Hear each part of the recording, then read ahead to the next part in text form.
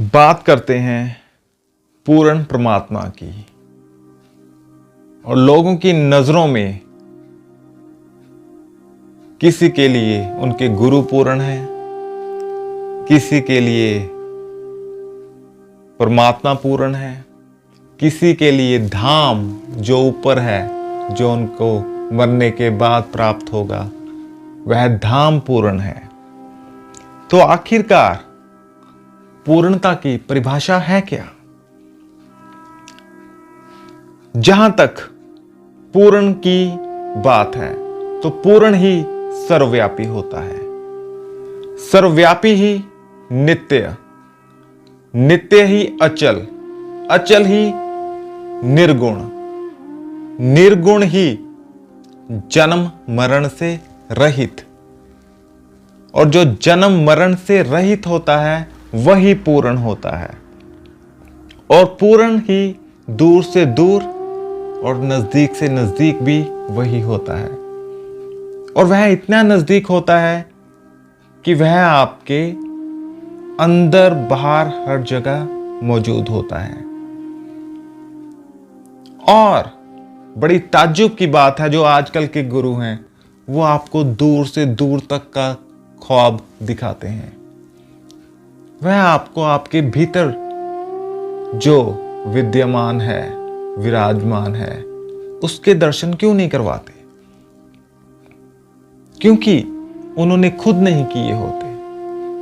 हमेशा आपके साथ बात की जाएगी, आपको आश्वासन दिया जाएगा कि आपको मरने के बाद वो धाम में लेके जाएंगे। ये तो बड़ी मूर्खतापूर्वक बात है कि भाई जीते जी क्यों नहीं? वो तो हमारे भीतर ही है।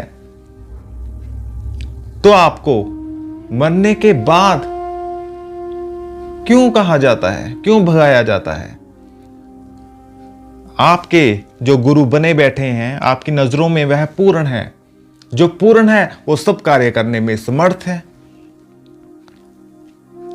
तो फिर जो भक्तजन हैं उनके दिमाग में आता है कि कर्मों को भोगने के लिए, उनको काटने के लिए हमारे गुरु आते हैं। तो भाई, जब कोई भी कर्म नहीं था तब भी वह परमात्मा था। वह किसी कर्मों के अधीन नहीं है, वह तो सब कार्य करने में समर्थ है। तो आप किन कर्मों को भोगने या उनके फलों की प्रतीक्षा में हैं? फिर कई गुरुओं द्वारा बता दिया जाता है कि शब्द ही गुरु है। हां, शब्द भी गुरु है, लेकिन तब वह शब्द कहां पर था? जब किसी भी चीज का निर्माण नहीं हुआ था, तब भी वह परमात्मा था। जब किसी भी चीज की शब्द के द्वारा रचना भी नहीं हुई थी, क्योंकि वह हर शब्द से परे है, वह शब्दातीत है। जब कोई भी योग, कोई भी क्रिया, कोई भी नाम नहीं था, जब कोई भी किसी भी प्रकार की रचना भी नहीं थी, कुछ भी नहीं था, तब भी वह था। और जो था वो अभी भी आपके भीतर है। तो आपको क्यों इन चक्रों में डाला जाता है? कर्मों के, योग के, क्रियाओं के, जन्म मरण के, परम धामों के? क्योंकि पूर्ण तो एक समय में एक ही होता है, दूसरों ना कोई। यहां पर दूसरी कोई सत्ता है ही नहीं। क्यों आपको परम धामों का ख्वाब या सपने दिखाकर मरने के बाद की बातें की जाती हैं? क्यों? मरने के पहले क्या जीते जी वह नहीं है? है ना? जो है, जो प्रमाण देगा वही पूर्ण होगा, क्योंकि कोई प्रमाण देने में समर्थ नहीं है, क्योंकि यह मसला दुकानों का है। किसी ने राधा स्वामी धाम में जाना है, किसी ने सतलोक में जाना है। कह दिया जाता है कि आप काल के बंधन में हो, हम आपको छुड़वाने के लिए आए हैं। ये सब मूर्खों वाली बातें हैं।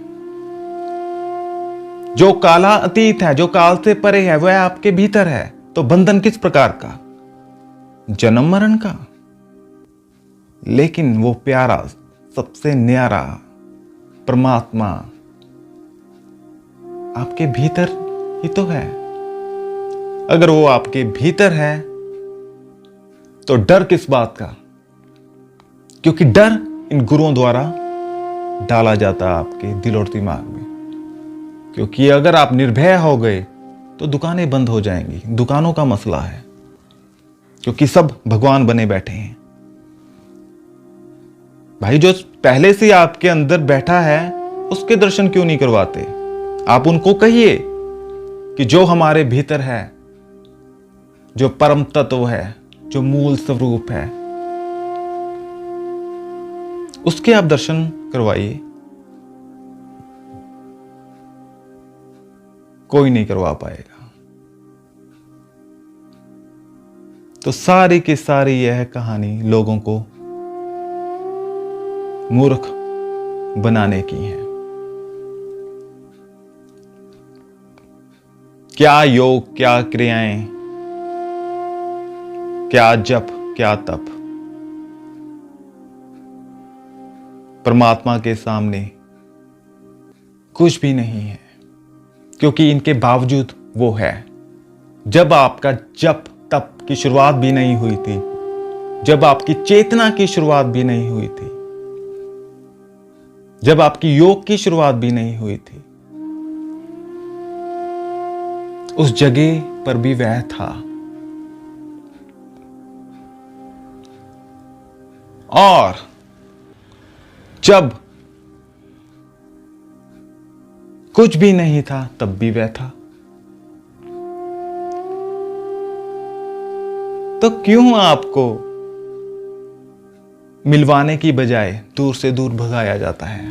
मरने के बाद की कहानियां सुनाई जाती हैं और लोग विश्वास करके अपना सारा जीवन खराब कर देते हैं। क्षमा चाहता हूं अगर किसी की भावनाओं को ठेस पहुंचे इन शब्दों से, क्योंकि भावनाएं तो अपने आप में पवित्र होती हैं। लेकिन सब दुनिया के इन छोटे छोटे अधूरे ज्ञान ने, अधूरे गुरुओं ने लोगों को अपनी ही ओर बांध लिया, नौकर बना लिया, दास बना लिया कि सब कर्मों का खेल है। हमारे गुरुजी कर्म काट देंगे, कर्म काट देंगे। हर कर्म में भी वह परमात्मा है, क्योंकि वह भाव कहां से आ रहा है, वह शक्ति कहां से आ रही है जिससे आप कार्य करते हो, कर्म करते हो, वह भी तो परमात्मा से आ रहा है। कहते हैं आस्तिक नास्तिक, आप समर्पण कीजिए।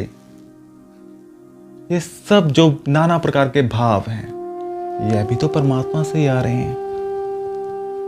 तो श्रेय किसको जाता है? परमात्मा को। और वह परमात्मा आपके भीतर है। अगर वह आपके भीतर है तो आपको निर्भय होना चाहिए। तो डर किस बात का? तो आना जाना होता ही नहीं है, क्योंकि जो आपके भीतर है तो फिर कहां आना जाना?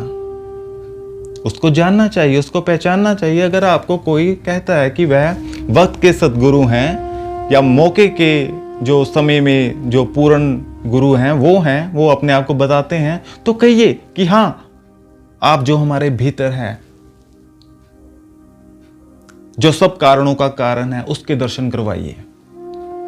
आप तो आ गए गुरु बनकर, ठीक है, मान लेते हैं, तो दर्शन तो करवा दीजिए। तो कर्मों के बारे में ना बताए, क्योंकि जब कोई भी कर्म नहीं था तब भी वह परमात्मा था, क्योंकि वह किसी के अधीन नहीं है। वह सब कारणों का कारण है, लेकिन उसका कोई कारण नहीं है, और वह आपके भीतर है। तो क्यों ना वह दर्शन करवाएं। भागे ना, मरने की बात की बातें ना करें, क्योंकि मरने के बाद तो किसने देखा है। तो इसीलिए यह बातें जरूरी थी मेरे लिए। मैंने कोई बाबा नहीं बनना, मैंने कोई धर्म नहीं बनाना, मैंने कोई डेरा नहीं बनाना, क्योंकि जो पहले से ही बना है और वह आपके भीतर है। जब किसी भी चीज की शुरुआत नहीं हुई थी, निर्माण नहीं हुआ था, तब भी मूल स्वरूप था, और जो था वह इस समय भी है, आगे भी रहेगा। वह हर अवस्थाओं से परे है, वह काल से परे है, समय से भी परे है, और वह बड़ी ताज्जुब की बात है, वह आपके भीतर ही तो है। तो उसके दर्शन अनिवार्य हैं। अब ऐसा कौन है संसार में जो दर्शन करवाए? ढोल तो सभी बजाते हैं, पूरन आगे जी पूरन आगे, कोई जेल में है और कोई बेल पे है, सब यहां पे ड्रामा चल रहा है। तो इसीलिए जागो, अभी भी जागो, ये आपके जीवन का सवाल है। तो आज के लिए इतना ही, धन्यवाद।